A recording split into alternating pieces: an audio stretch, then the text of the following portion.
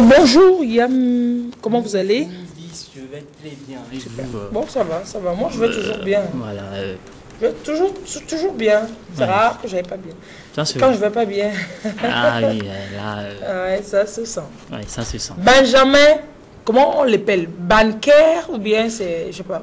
B-A-2-N-E-K-E-R. Voilà. Benjamin Banneker. Banneker. Comme ça. Bon, c'est américain, moi je sais rien là-dessus. Benjamin Banneker, mais vous me dites que c'est le premier scientifique noir. Ah oui. Il est reconnu comme tel premier scientifique noir. Moi je ne sais pas pourquoi, mais il fait parmi. Non, vous ne savez pas pourquoi. Vous avez fait des recherches pour savoir pourquoi non? Oui. Oui, donc il fait partie. Ok. Mais moi aujourd'hui, c'est pour dire qu'il est le premier scientifique noir. Donc les gens le sauront. Pourquoi il est le premier scientifique noir? Parce que tout juste, il est en son temps, c'était la période de l'esclavage, tout ça là. Il n'y avait pas de noirs qui se sont illustrés comme lui. C'est pour ça qu'on dit de lui qu'il est le premier scientifique noir. Bon, il naît où? Il naît à Baltimore en 1731 d'un père esclave et d'une mère libre. C'est bizarre. Sa maman, Marie Banneker, achète un esclave, Robert, qui finit par marier.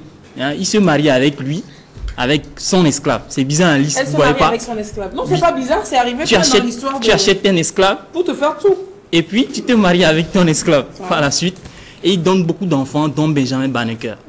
Alors, ils sont propriétaires d'une ferme de tabac. Ils ont des plantations de tabac près de Baltimore. Ils cultivent leurs champs, ils sont là avec leurs enfants, ils sont là avec voilà, tout le système. Lui, a la chance d'être voilà, une maman libre, un papa esclave, bizarrement. Mais il finit par faire des exploits que personne, on ne s'attendait même pas que ce jeune Benjamin, qui est né en 1931, qui va faire beaucoup de choses comme qu'on le reconnaît. Qu'est-ce qu'il fait? Déjà à l'âge de 8 ans, il aide les voisins, ses voisins qui sont autour de lui. À cette période-là, c'est les périodes de tabac, les plantations de tabac et tout ça là. Mais ils se décident, voilà, dans leur communauté, à aller vers le blé, la culture du blé. Et ils ont besoin des moulins. Et c'est Benjamin Banneker qui aide les voisins dans la construction des moulins. Et oui, et puis en ce temps-là, il y avait le problème de sécheresse.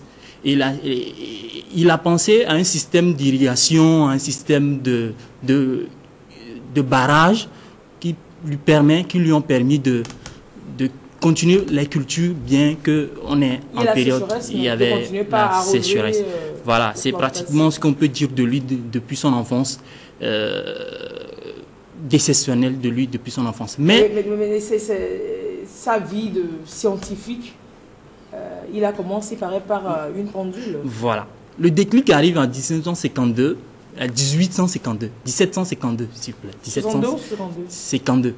D'abord 52, après 62. 1752. Ça commence en 1752. Il a un ami qui s'appelle Ellicott, qui vient avec une montre à la maison, une pendule.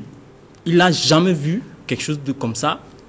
Et il prend cette pendule et il prête. On lui prête cette pendule, il rentre chez lui. Il commence par sculpter des pendules en bois, des cadrans solaires, des trucs. Il commence par chercher autour de cette montre. Et il arrivera à 1762 maintenant à créer la première pendule qui sonne à l'heure. En ce temps-là, il y avait beaucoup de pendules, beaucoup de montres, mais on dit 17h, mais il y en a qui sont à 17h02, 17h10. Voilà, ils ne respectaient pas véritablement l'heure. Et c'est lui qui crée la première pendule qui respecte l'heure. Et cette pendule sonnera à l'heure pendant 40 ans. Il a créé. Et de par cette pendule, un monsieur qui est un industriel, Ellicott, le papa de son ami là, qui lui a prêté cette pendule, le persuade d'aller à l'école. Oui, parce que jusque-là, c'est un autodidacte. C'est un mathématicien. Pendant ce temps-là, il était autodidacte. Il n'était pas à l'école. Il va à l'école et il quittera l'école à 15 ans. À l'école, il apprendra quoi? La mathématique simple, ABCD. À lire et tout ça là. Pas la mathématique supérieure, pas l'astronomie. Sans l'ennui. Voilà, il quitte l'école à 15 ans. Dépassé ça. À 15 ans, il quitte l'école et il récupère la ferme. Il va hériter de la ferme familiale. Et il hérite de cette ferme familiale et il commence par se former, par rechercher. Il prêtera des livres chez son ami, toujours Ellicotte là.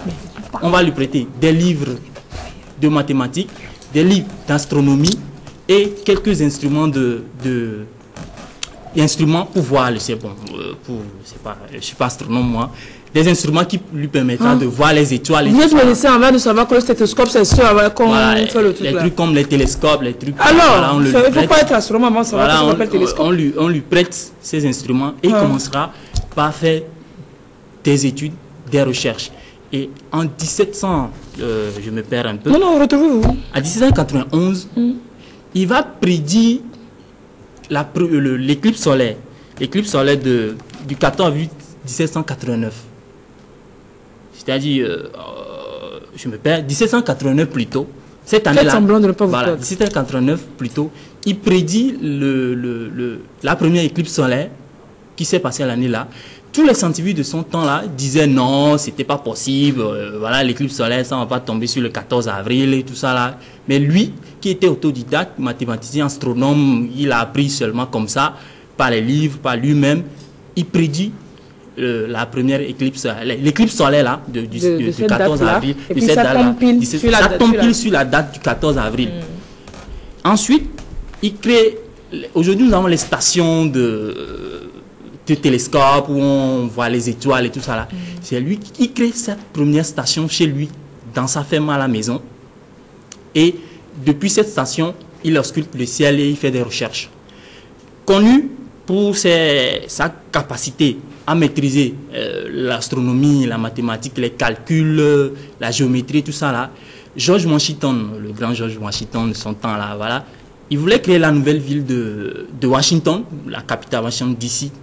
Aujourd'hui, il appelle Banneker et qui rejoint un groupe de scientifiques. Alors, ils sont partis. Le devoir qui leur est soumis, c'est de faire le plan de la ville, la prochaine nouvelle ville. Il est devenu urbaniste aussi en temps. Urbaniste, je ne sais pas, mais il a rejoint une équipe d'urbanistes, voilà, de dessinateurs. En ce temps-là, peut-être l'urbanisme n'était pas vraiment cette science-là. Mais il rejoint une équipe pour aller faire ce travail-là. Arrivé, il travaille avec l'équipe pendant des années. Et puis, le monsieur qui est à la tête de l'équipe, le fils, il s'appelle le fils, il est d'un comportement ou d'un tempérament difficile. Il travaillait avec des ouvriers, il travaillait les trois avec des ouvriers, mais le comportement de ce monsieur n'a pas permis que le boulot continue. Et puis, George Washington a dû limoger ce monsieur. Et en partant, ce monsieur, il quitte avec tout le plan, tout le travail qu'ils avaient fait pendant des années. Il part avec tout. Il va le déchirer. Il part avec le travail. Vous l'envoyer, réaliser votre Et c'est là que Banneker va montrer que voilà, il était noir, mais il était très intelligent. Il va de sa mémoire, de sa seule mémoire, Banneker redessine tout le plan de la ville. Aujourd'hui, vous voyez Washington. Vous voyez, hein? Washington aujourd'hui. Mais le blanc, il est parti avec la carte. Mais c'est le noir qui est revenu avec de sa tête. Pour tout retracer. Tout retracer de sa propre mémoire. Il fait encore des exploits. Les exploits, il publie. Oh oui, il est écrivain. Il est écrivain. Parlez de sa vie d'écrivain. Qu'est-ce qu'on sait? Dans sa vie d'écrivain, il publia beaucoup, mais il a vendu peu. C'est pourquoi on l'appelle l'éditeur courageux. Parce qu'il publiait en ce temps-là, c'était un noir qui publiait des chroniques scientifiques et tout ça là. Est-ce que le noir, est-ce que quelque chose peut venir de bon du noir? Donc, il vendait peu. Mais sa chronique était annuelle. Et sa chronique couvrait beaucoup d'États, la Virginie, la Pennsylvanie et tout ça là. Et ça, il ne vendait pas, mais il publiait. Il sortait et ça s'appelait, son revue scientifique qu'il publiait s'appelait l'Almanach. Dans ces almanachs, c'est des concentrés de ses recherches, de ses inventions, des brevets, tout ça là. Et aussi d'autres scientifiques qui étaient dans ces états-là. Et ces recherches scientifiques, ces publications ont fait même le tour du monde pour aller même jusqu'en Europe, où beaucoup de scientifiques européens ont aimé ces publications, les ont étudiées et là, ça a permis l'évolution de l'astronomie et de la mathématique. Voilà. Et c'est aussi un activiste de la cause noire, on s'en doute bien. Un véritable activiste de la cause noire. Qu'est-ce qui s'est passé? Il prend la tête, il prend la tête à Thomas Jefferson, qui a ensuite été un secrétaire d'État. Thomas Jefferson, le grand, et puis il tenait des propos racistes, il disait que rien de bon ne pourrait venir du noir et tout ça là. Banneker, vraiment remonté contre lui envoie une lettre de 12 feuilles, et 12 pages, une grosse lettre dans laquelle il descend totalement Thomas Jefferson et il lui envoie sa première publication de son almanach, sa première publication, il lui envoie pour lui dire: Thomas Jefferson, vous dites que les Noirs ne peuvent pas être intelligents, voyez, j'ai mon almanach, j'ai mes recherches scientifiques, voyez, le noir, quelque chose de bon peut venir du noir. Bah, super. Voilà, il a tenu la tête et il lui a dit d'œuvrer pour le développement ou pour en ce temps-là, c'était l'esclavage. Pour l'abolition de l'esclavage. Et il fut finalement aboli, cet esclavage. Mais il faut reconnaître de lui qu'aujourd'hui, il y a 2 parcs aux États-Unis qui portent son nom. Il a été 2 musées érigés en sa mémoire. Et Banneker, il a été très grand. Il reste grand. Et c'est pour ça qu'on dit de lui qu'il est le premier scientifique noir. Parce qu'en son temps, il n'y avait pas un noir qui s'était vraiment illustré comme cela. Il est né en 1731, il est mort en 1806. En 1806 à Baltimore. À Baltimore. Merci de nous avoir présenté ce noir. Il n'est pas le seul. Hein. On a plein de noirs. Le génie des découvreurs, ça part de chez les noirs. Tandis que le génie des découvreurs, le génie là, il est noir. Scientifique, chercheur, inventeur. Il y a tellement de choses que le noir a découvert, vous ne vous imaginez pas. Oui. Bon, disons que tout a été découvert par la série des scientifiques noirs. Vraiment, on en fera. Et on vous recommande vivement ce livre qui est sorti depuis bien d'années déjà, ça fait plein d'années déjà, de Lilian Thuram, qui est réédité en édition solidaire, que vous trouverez dans des librairies. C'est à 3000 ou alors 3500 francs. Mes étoiles noires, c'est écrit par Lilian Thuram. Un super livre que nous vous recommandons si vous n'êtes pas encore convaincu que le génie des découvreurs, il est noir, ou que voilà, qu'il y a eu des grandes personnalités noires qui ont marqué l'histoire de l'humanité. Cherchez ce livre-là, vous en apprendrez plein. Un trop bon livre. Voilà. Merci bien. L'acheter, il n'a qu'à suivre mémoire, c'est tout. Allez, à très bientôt.